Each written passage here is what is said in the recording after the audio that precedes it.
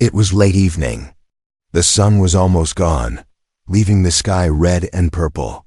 Jack was fixing the old fence behind his house. He lived alone, far from the city, near the woods. Birds were quiet, even the wind had stopped. Everything felt still. Then came a knock. Not on the front door. It came from the side gate. Jack turned, confused.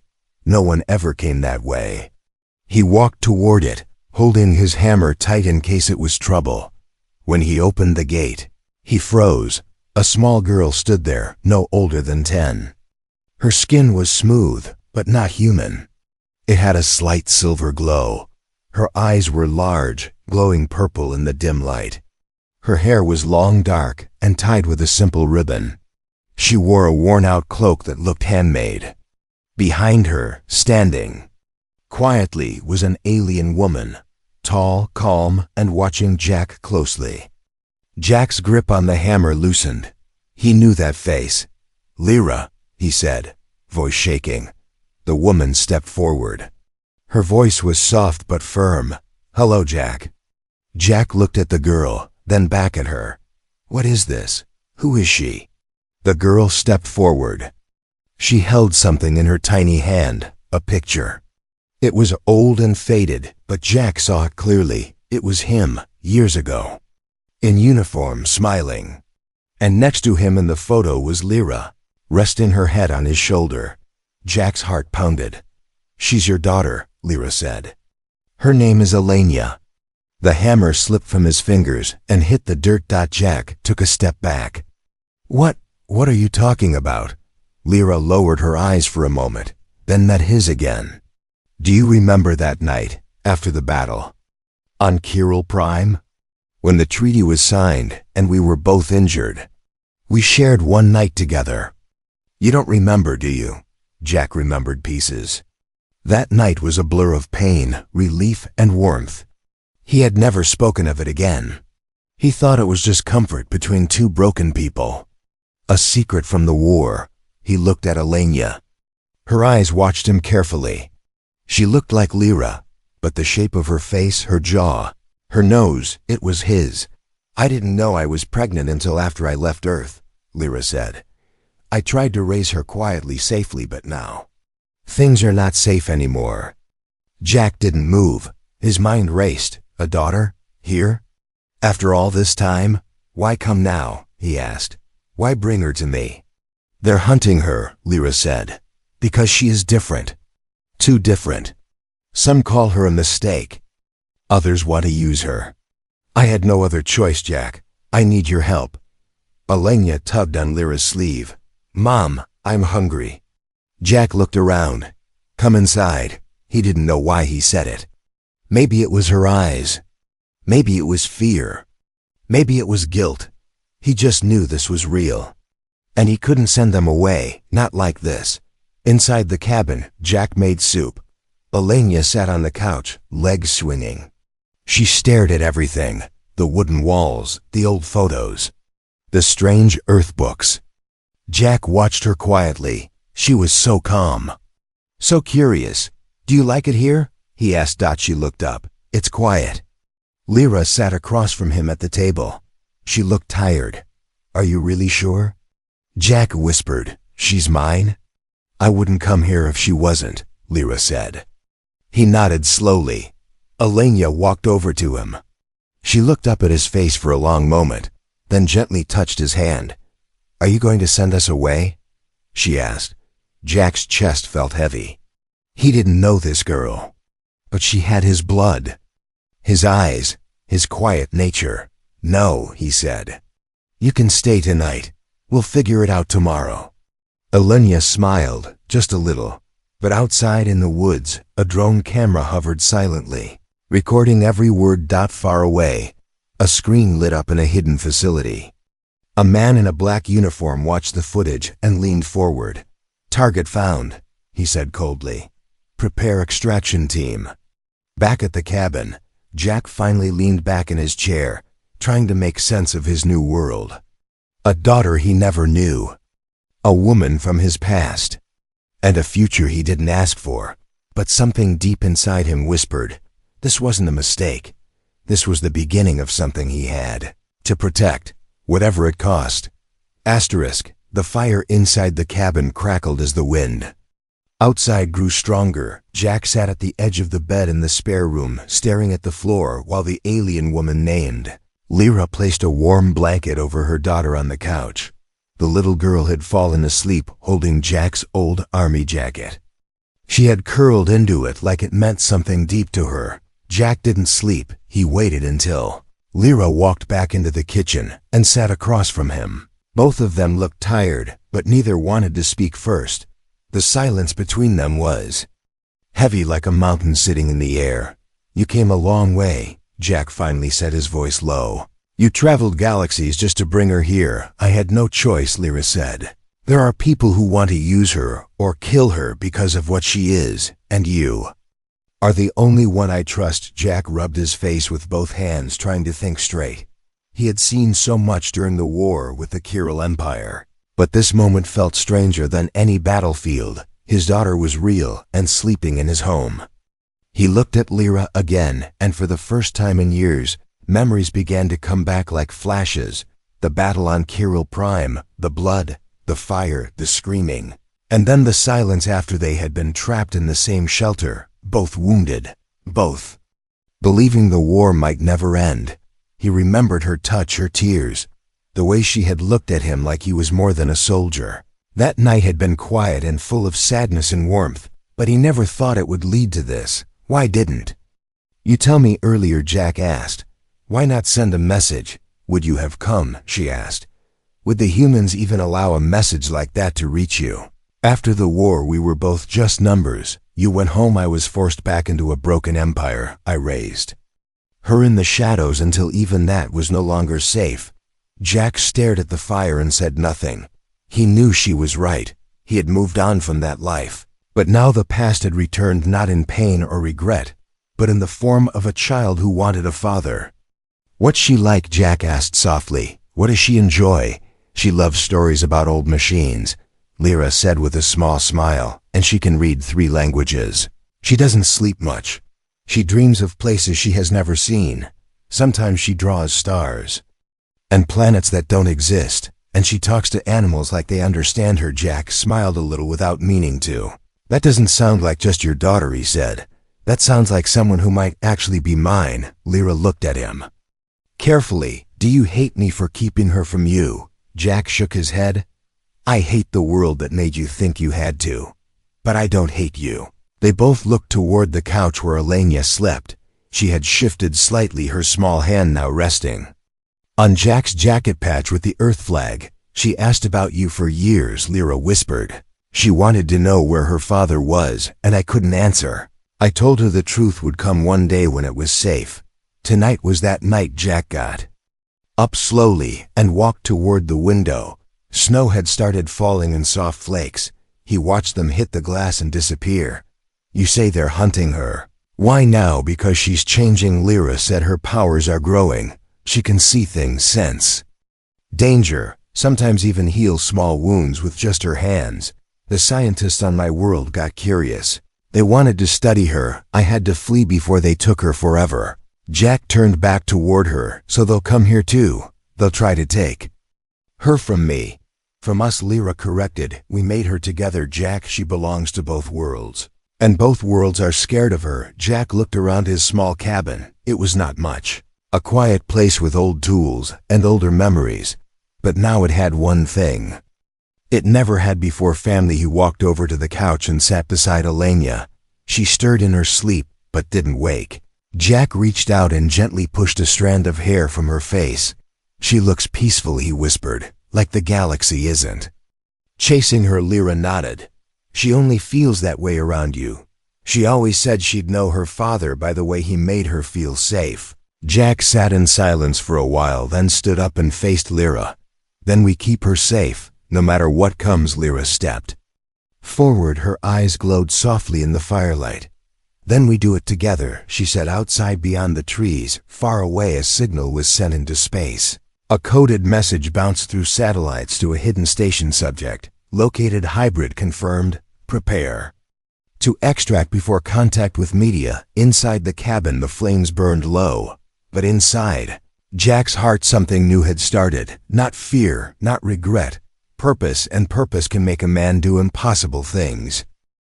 Morning light slipped through the wooden blinds and touched Alenia's face as she slowly opened her eyes. She found herself curled on a couch wrapped in a warm blanket that smelled like wood smoke and old paper. She blinked and sat up, rubbing her eyes with both hands. Jack stood in the kitchen, boiling water on the stove using his old kettle. The smell of tea filled the room and mixed with the scent of firewood. He turned when he heard the soft footsteps behind him. "Did you sleep well?" he asked quietly. Alenia nodded her head slowly.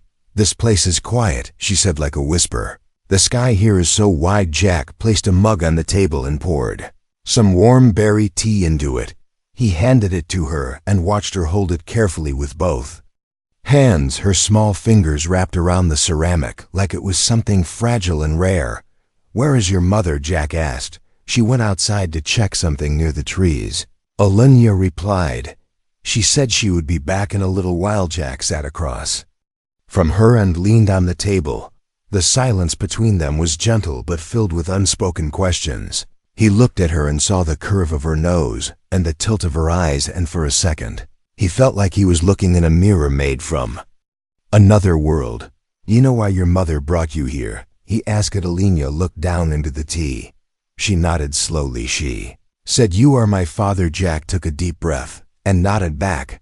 "I didn't know about you until yesterday. Your mother and I were part of something hard and painful, and then we went separate ways. She was strong enough to raise you on her own." Alenia looked up at him with eyes that glowed softly.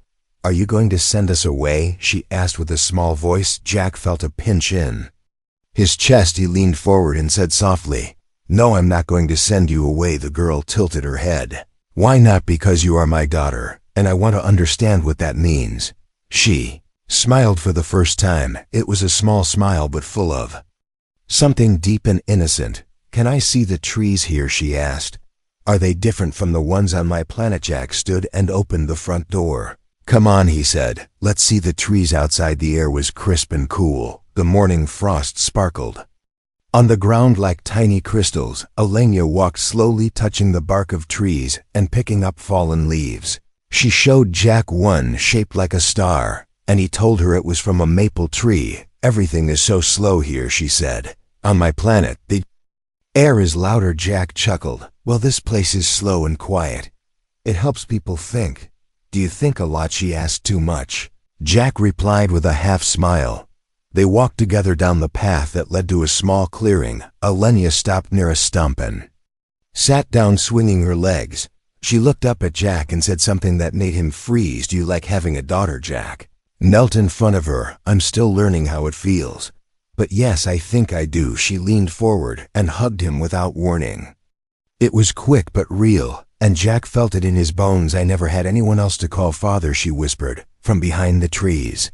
Lyra watched them silently, her eyes wet but proud. She stepped out and joined them in the clearing. "They're coming sooner than I thought," she said. "I picked up a signal near the ridge. We have to be ready." Jack stood and nodded. "How do we protect her?" "We stay hidden," Lyra said. "And we keep moving. We cannot let them find her, because if they do, they will never let her go." Alenia stood between them, holding both their hands. "I don't want to run forever," she said. "I just want to be with my family." "You are with us," Jack said. "And we won't let anyone take you back." At the cabin, Jack prepared supplies. He packed old clothes, food, water, tools, and a worn map. Lyra helped him quietly while Alenia sat at the window, drawing shapes in a notebook. "She's drawing stars again," Lyra said. "Ones that don't exist, or maybe ones we haven't reached yet," Jack replied. When the sun began to set, they left the cabin and moved toward the east hills. The forest was dark and quiet, but Alenia held Jack's hand the whole way. She didn't speak much. She didn't need to. Her small steps beside his said everything. That night under the stars, they camped beside a small stream. Alenia laid between them, curled in a blanket, listening to the water. Jack watched her breathing slowly. He felt something he never knew he missed, something that filled a space he never knew was empty. He was not just a soldier anymore. Not just a man hiding from his past, he was a father, and fathers protect their daughters, no matter who or what tries to take them away. The cold wind rushed through the tall grass as Jack and Lyra walked with Elenia between them. They had found shelter in an old abandoned research cabin, deep in the forest, far from any roads or signals. The place had once belonged to a retired human scientist who studied wildlife. Now it was their hiding spot inside the cabin, dust covered. Everything but it was safe and quiet. Jack lit a fire while Lyra checked the doors and windows.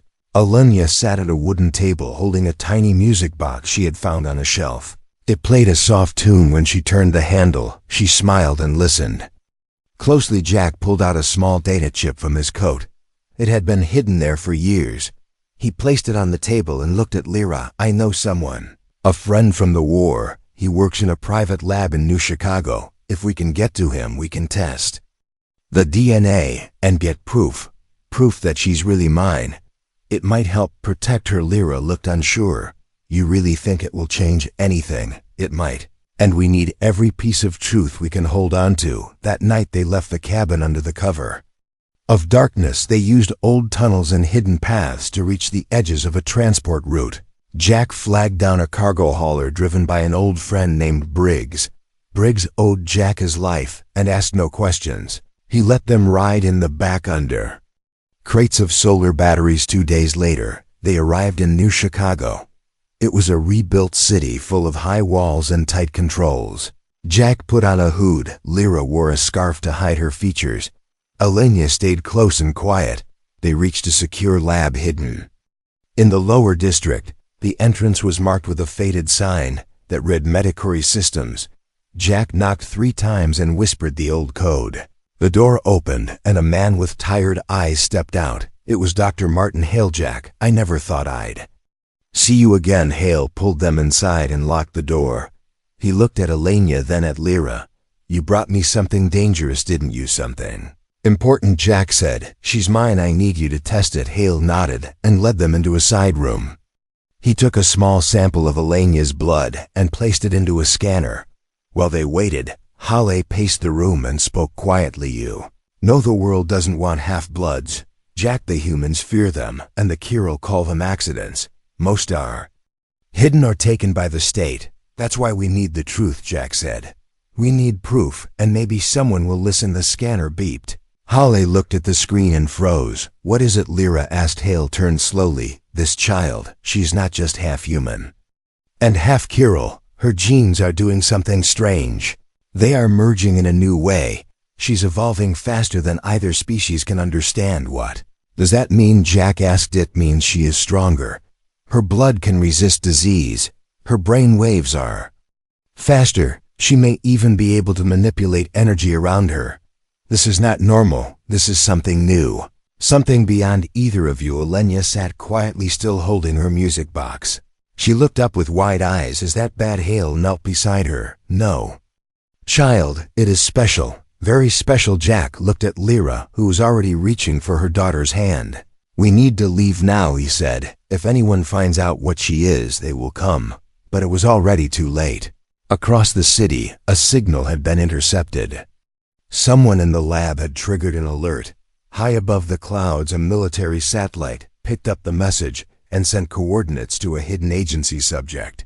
"Located hybrid confirmed. Prepare strike team." Back in the lab, Hale opened a hidden door behind the medical shelf. "There's a tunnel that leads out of the city.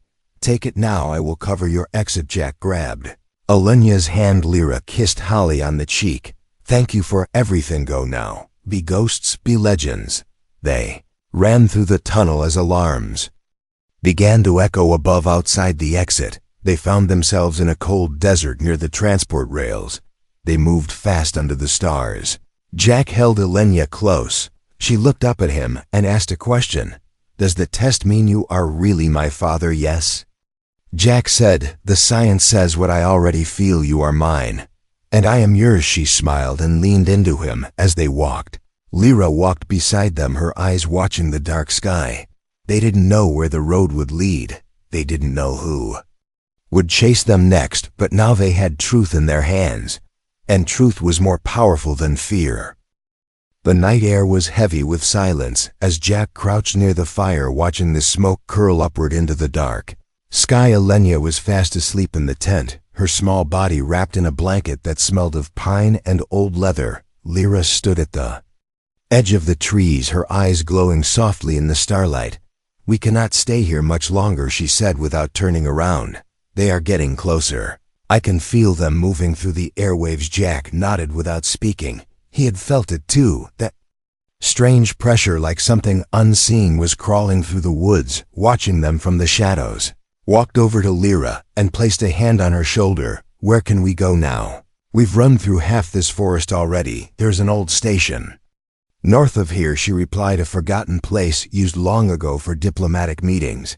Now it's dead and empty. We can hide there and decide the next move." They packed quickly. Jack woke Alenia gently. She rubbed her eyes and stood up without a word, trusting him completely. As they moved through the forest under the pale moonlight, Jack heard something that made his blood turn cold. A soft hum in the air. It was the sound of a drone, not the kind used for delivery or farm work. This one was military. "Fast, silent, deadly move now," Jack whispered. Lyra took Alenia's hand and ran ahead while Jack stayed behind just long enough to throw a rock and draw the drone's attention. It worked. The machine turned and followed the noise. Jack ran in the opposite direction through thick trees and over wet ground until he saw the lights of an old tower blinking faintly in the distance. They met at the base of the structure. The place was covered in vines and dust, steel walls bent with time, doors rusted shut. Jack kicked one open and they slipped inside. It smelled of metal and old memories. They found a room with a broken window and a view of the mountains. Alenia sat by the wall, breathing hard. Her small hands trembled, but she didn't cry. Lyra knelt beside her. "Are you hurt?" "No, just scared." "That's normal," Jack said as he crouched beside them. "We're all scared, but we keep going."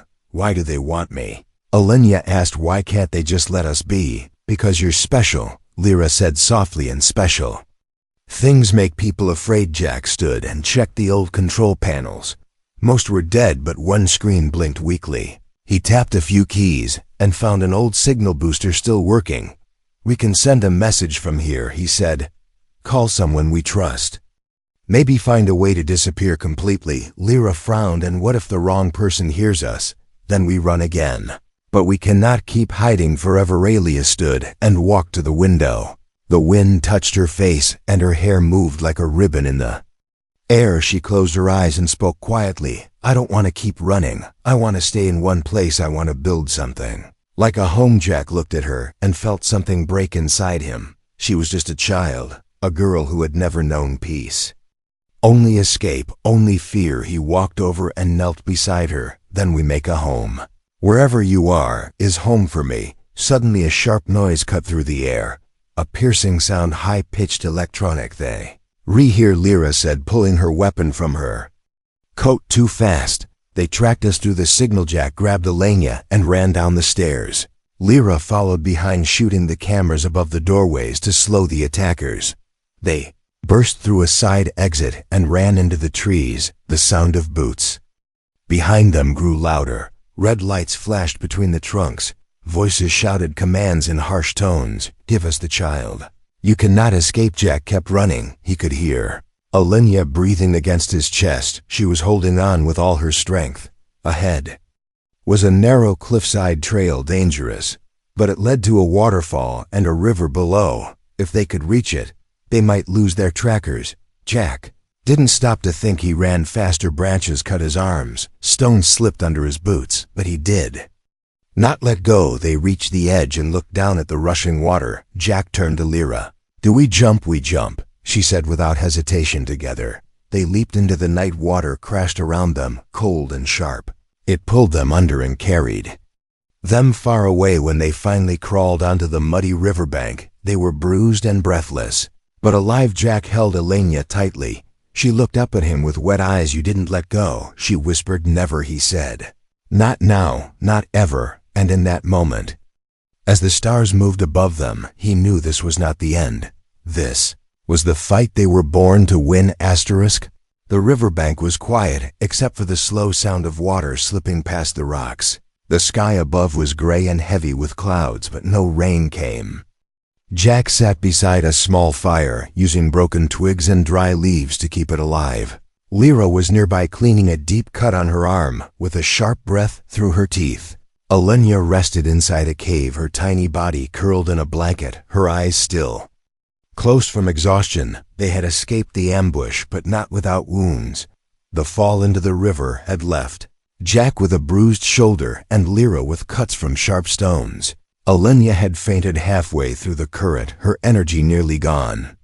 But she had held onto Jack's hand the whole way through the darkness of the river. And its unseen strength, Jack stared into the fire, thinking of the life they had lost and the life they were trying to protect. He remembered his old world where things were simple, where orders came from above and obedience kept him alive. Now everything was upside down, and the only thing that made sense was the girl sleeping in that cave. Lyra walked over and sat beside him, pressing a hand to her ribs. "We cannot keep this up much longer," she said. "Our food is low. Her strength is falling, and my people are watching from the shadows." Jack looked at her. "What do you mean, your people?" "I picked up a signal near the ridge 2 nights ago," she explained. "Kirel. Ships hiding behind the clouds, silent and waiting.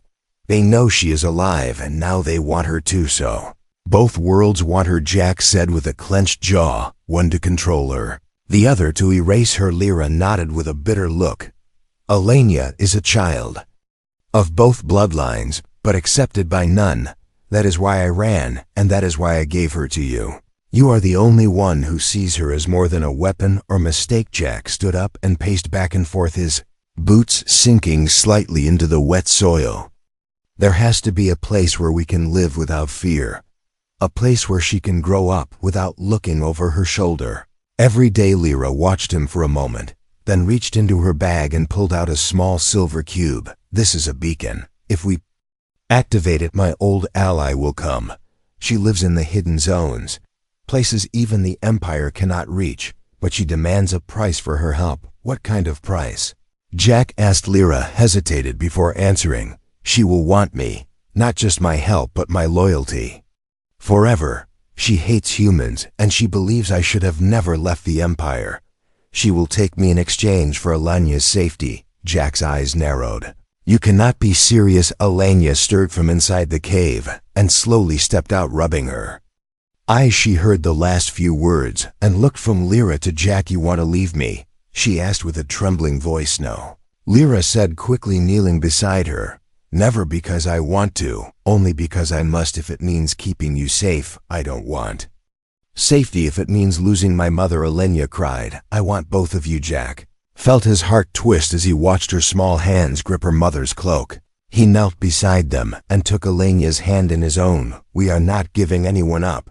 Not now, not ever." "Then what do we do?" Lyra asked with a desperate tone. "We fight," Jack said. "We make our stand, and we show them that this child is not alone.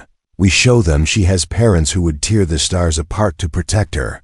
That night under the clouds they set the beacon into the river and let it float downstream, carrying a false signal. Then they packed their few belongings and headed toward the north cliffs, where an old mining town sat in ruins. The place was forgotten by most, too dangerous to work in and too remote for patrols. They reached the ruins before sunrise. Jack found an old control room with working power and sealed the doors. Lyra placed motion sensors at the entrances. Alenia slept near the wall with Jack's jacket as her pillow. Hours passed, and then came the sound of engines above. Not many, only one. A sleek dark ship touched down beside the mine. A woman stepped out, tall and wrapped in silver robes, with long black hair flowing behind her.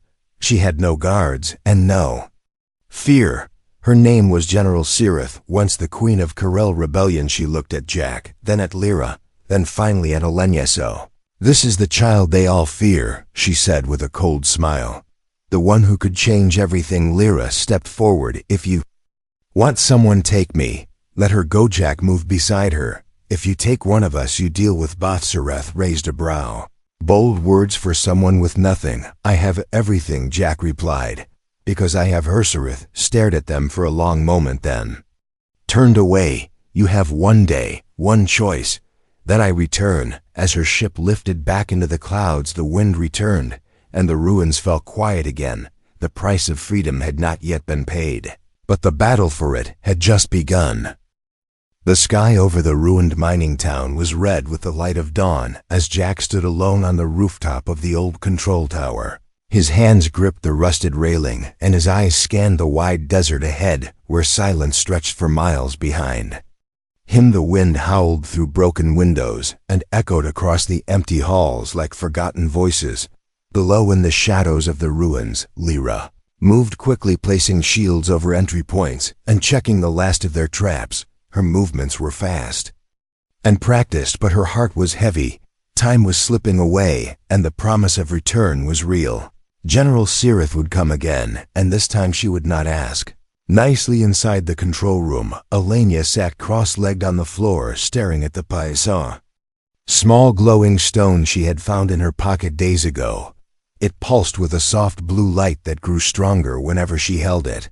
She did not know what it was, but it made her feel calm, like it belonged to her. Jack returned and knelt beside her, his face tired but full of quiet strength. "Are you ready?" he asked. Elenia looked up and nodded. "Do you think she will hurt us not?" "If I can stop it," Jack replied, "and I will stop it. I promised you that a father keeps his promises." Celia smiled and tucked the stone into her jacket. "I like when you say that. It makes me feel safe." Lyra entered carrying a bundle of old tech wires and sensors. She looked at Jack and handed him a small remote. "The outer sensors are armed. If anyone crosses that line, we will." "No thank you," Jack said. Now we wait. The sun climbed higher, and the day grew hot. Heat waves danced across the sand. In the distance, the sound of an engine broke the stillness. A dark shadow grew on the horizon, and within minutes the sleek silver ship landed at the edge of the ruin. Cirith stepped out alone once again, her long robe trailing behind her as she walked forward with slow grace. Her eyes met Jack's as she entered the main chamber without fear. "The child," she said calmly. "Bring her to me." Jack stood between her and Elenia. "We made our choice.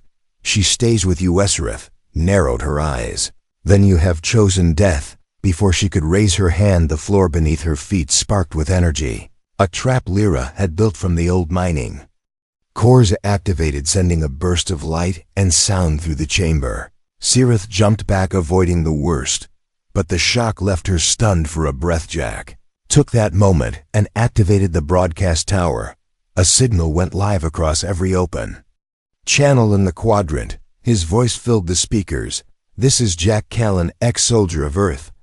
I speak now not as a fighter but as a father." He stepped into the light, holding Elenia beside him. "This girl is my daughter, born of two worlds and hated by both, but I see no shame in her blood. Only strength, only beauty, only hope." The broadcast reached military satellites and Kirill ships alike. It echoed through space and cities. People watched and listened as a human stood beside an alien child and claimed her with pride. "We will not hide anymore," Jack continued. "We will not run. If you want her, you come through me." Lyra stepped forward and placed her hand on Elenia's shoulder. "And me," she said, "because I gave her life." But he gave her a name. As Cirith stood watching the screen as the message played. For a moment she looked uncertain. Then she turned away and spoke into her com. "Call off the extraction. They are not alone anymore." The ship lifted into the air and vanished into the morning sky. Silence fell again, but this time it was peaceful. Later that night, they sat around a small fire in the old station. The stars above were bright and close. Elenia looked up at Jack and asked, "Will they ever come again?" "Maybe," Jack said, "but next time they will see more than just a man and a girl. They will see a family." She crawled into his lap and leaned her head on his chest. "Do you think the stars will accept me?" "The stars already have," he whispered. "They have been waiting for someone like you." Lyra sat beside them, and for the first time in years she let herself breathe fully. She looked at Jack and nodded once. "Thank you for saying it." "For saying she is yours." Jack looked down at the girl in his arms. He brushed her hair back and whispered without hesitation, "She is my daughter, and no one will take her from me." Above them, the stars blinked gently. Around them the night held its breath, and In that forgotten place, two parents and a child began the life they had fought so hard to protect. Not perfect, not easy, but truly theirs at last.